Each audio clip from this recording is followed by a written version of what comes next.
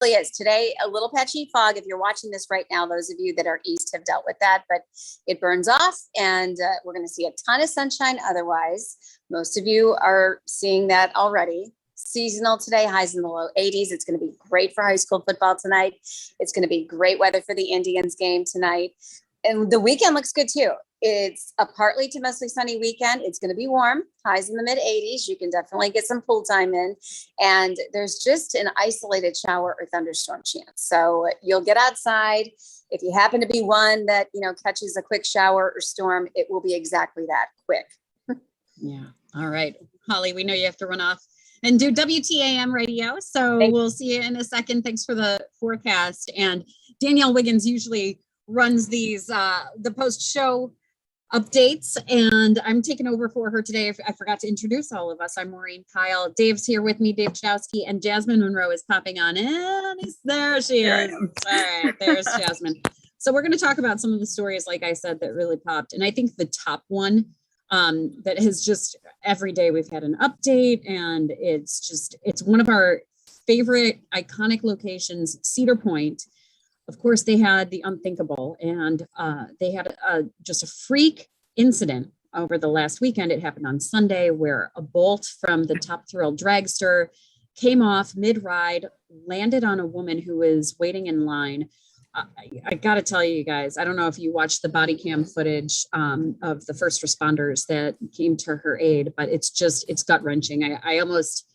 I don't know. I mean, if you have to have a strong stomach to listen to her just screaming. But it's affecting, Cedar Point, a place that many people might be going this weekend, because Cedar Point officials said that Top Thrill Dragster will be shut down for the rest of the season. They are working to figure out exactly what happened, how this bolt came loose. We know that the Department of Agriculture is the one who helps regulate and inspect all of these roller coasters, any roller coaster. I mean, anything you go to that even is a pop-up, one of those pop-up carnivals that we see throughout the summer. So they're doing their inspection. We haven't really gotten much in terms of the update on how the woman is doing, her condition. Cedar Point's statement started out by saying, first and foremost, they're worried about her. They're worried about supporting her family in a difficult time. But Top Thrill Dragster, it's been a mainstay, and one of the when you think of the Cedar Point skyline, now that's part of it, and it's been open since 2003. Just any reaction that you guys have as we've gone throughout the week and we've been hearing updates on these stories. So personally for me, it's crazy. When I went to Cedar Point, I think it was 3 years ago. I wanted to get on that ride because I know everyone said that's the ride you had to get on.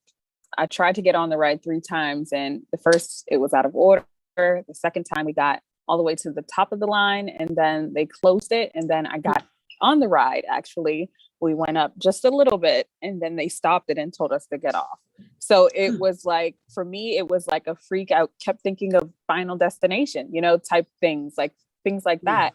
And then to hear this story about that ride, it just kind of threw me off. So I definitely always, think twice about going on roller coasters, because the older you get, your stomach just can't take that stuff anymore. Kids love it. It's a staple to Cedar Point. I'm, sad to see it has to close, but I do believe that's necessary. You don't want anyone to get hurt again.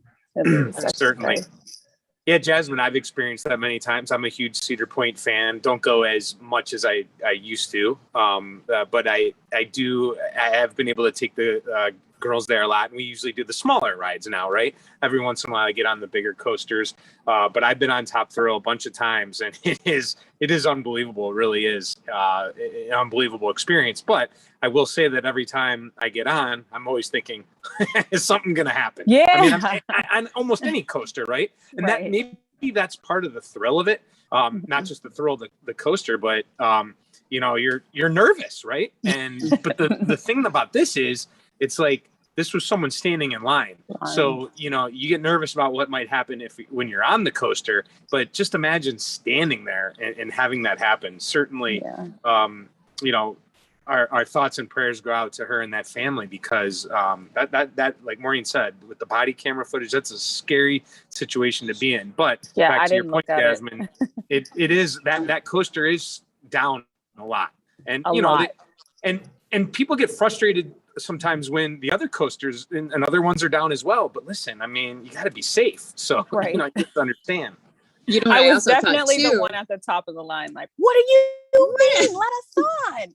Yeah. And you know what? People get really frustrated about taking things out of their pockets and putting them in those boxes that, they have on the side of the coasters, kind of like near the exit, which, I mean, Dave, you and I remember from childhood, you didn't have to take anything, there wasn't much to take out of your pockets. You didn't have cell phones going on the rides. I don't even remember taking stuff out of my pockets. But then again, I was a kid. What did I have in my pocket? But explaining to my kids, because we've gone a couple of times over the past couple of years, like, you can't have anything in your pockets. You can't hold on to anything. We have to put things, we have to leave things off the ride. What if it falls? I mean, I feel like we've had that conversation, which is just, it just reiterates. I hope anybody going to the park now thinks about those little things about, oh shoot, do I have my keys in my pocket? And now you see how the velocity of something falling from the sky can have such a dangerous impact.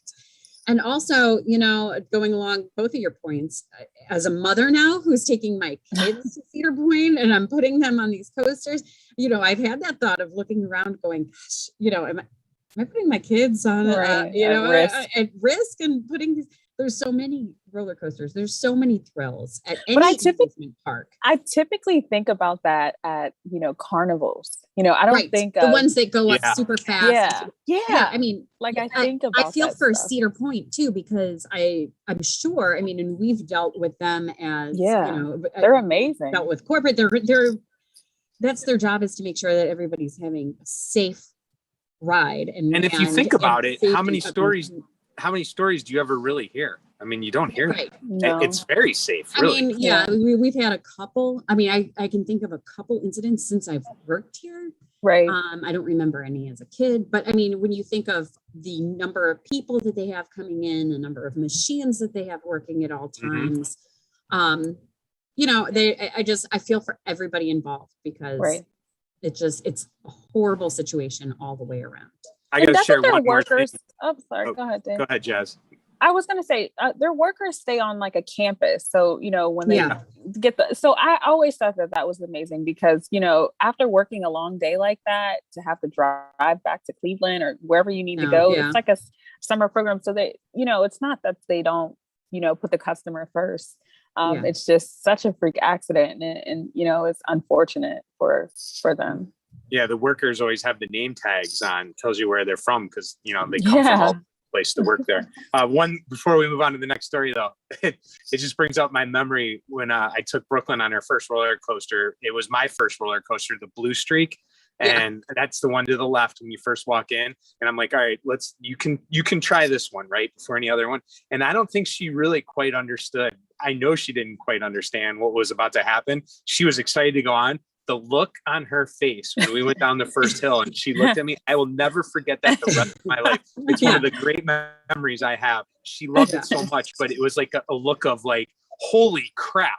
Like, just to see a kid experience that for the first time, that's one of the great things about being a parent, is seeing the kids experience stuff like that. So I just wanted to bring that up. I just took Scarlett on the Gemini, which was always my favorite, and pretty much the tallest roller coaster I still go on. I'm not I can't do the big ones. She kept her head down the whole time. Like, she had that thought, and she did that the whole time. And she cried, like, as we were getting in. And I'm like, we've waited in line. Just strap yourself in and don't cry. You're going to love it. Just take it. Just do it. So then she was like, okay, all right, that's okay. My favorite ride there is the Rougarou. Is that still there? It was one of the newer rides. I don't know if I've ever been on the Rougarou. It is still there, but I don't know if I've been on it. So it was so fun. Previously the station that I worked at before, we had a live shot out there. So we were live all morning. And the funniest thing, I think it was like when Ryan did it, he's our executive digital producer. I think your facial expression when you see your face on a roller coaster, like typically, I don't want to see my face on a roller coaster. But the Rougarou, when you do go, definitely that ride. Okay. Yeah, All right. Maybe.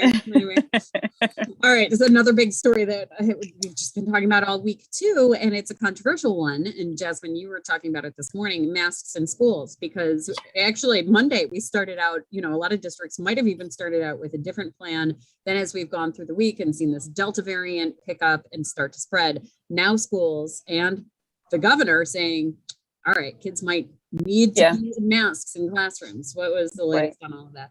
So pretty much, just like you were saying, a lot of back and forth. I know that a lot of certain school districts, Cleveland City schools, made a mask mandate at the beginning, saying the first 5 weeks you're going to have a mask mandate. And I think that would have been the safest bet for a lot of schools to do that, just because you didn't know what was going to happen throughout, the rest of the summer.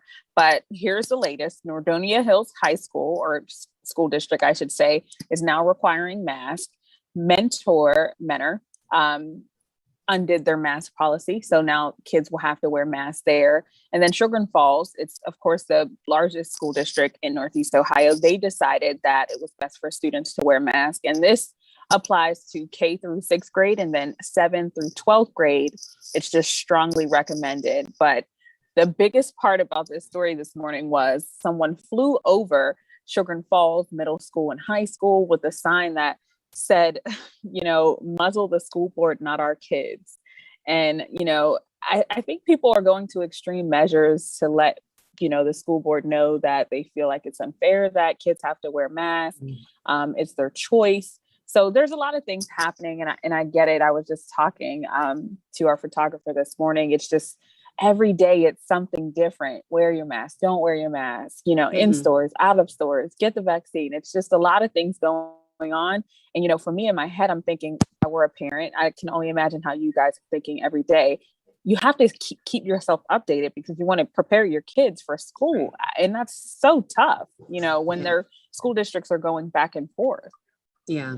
And I think the mental shift too is what's really difficult, because this summer we had sort of that feeling of, okay, we're down to 50 cases per 100,000. It was, all the mask mandates were lifted, and then schools made decisions, and things have been changing so rapidly because of the pickup in Delta cases, in coronavirus cases, not just Delta, but like we had on this morning, I think 96% of the cases were Delta variant. In Summit County. So that's where I think it's a tough mental shift is, first of all, people have all sorts of opinions on safety, what's required for safety. But I will say something that I've been telling my friends, who all of them have very different opinions. All of them feel one way or the other. I mean, there's different concerns. You go to a parent, you have a different concern from this parent to the next. Absolutely. But when I've talked to pediatricians, and especially ones that specialize in infectious disease, they all recommend masks for kids who cannot get the vaccine at this point. They admit that the risk is low, but there's a risk. So it's up to parents, school districts to figure out how to keep kids safe. And you got to think that if, the worst case scenario would be an outbreak in a second grade classroom or a third grade classroom, where you think then to yourself, should I have done XYZ to keep kids safe? So I'm sure that's the place that the school districts are in is, they don't want angry parents coming to them and saying, why didn't you protect my kids? Right. They have to decide, what is that protection? Yeah. That's a tough, being the superintendent in 2020 and 2021. I have a friend who's one, and I saw her last night, and she was, because you're just like you were saying, it's both sides. You want to make a certain crowd happy. You don't want to upset another crowd. It's so tough.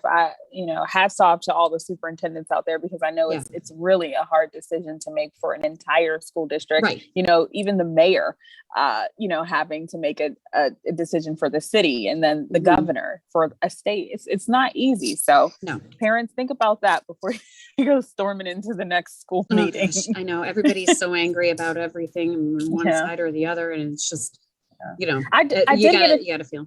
I got a chance to talk to a teacher. We did the story yesterday for the Lorraine County She did mention she's excited to get back into the classroom. Forget the mask or whatever you have to wear. She misses her kids so much. And I know you guys were tired of teaching your kids their ABCs. Send them off to school, get them back into the classroom so we can try to get back into the swing of things. We want to keep things open. And I think that's the whole point. All right. We are running out of time. So thank you everybody for joining us here on this Friday. Keep the comments coming. You can always comment and interact with each other, and we will see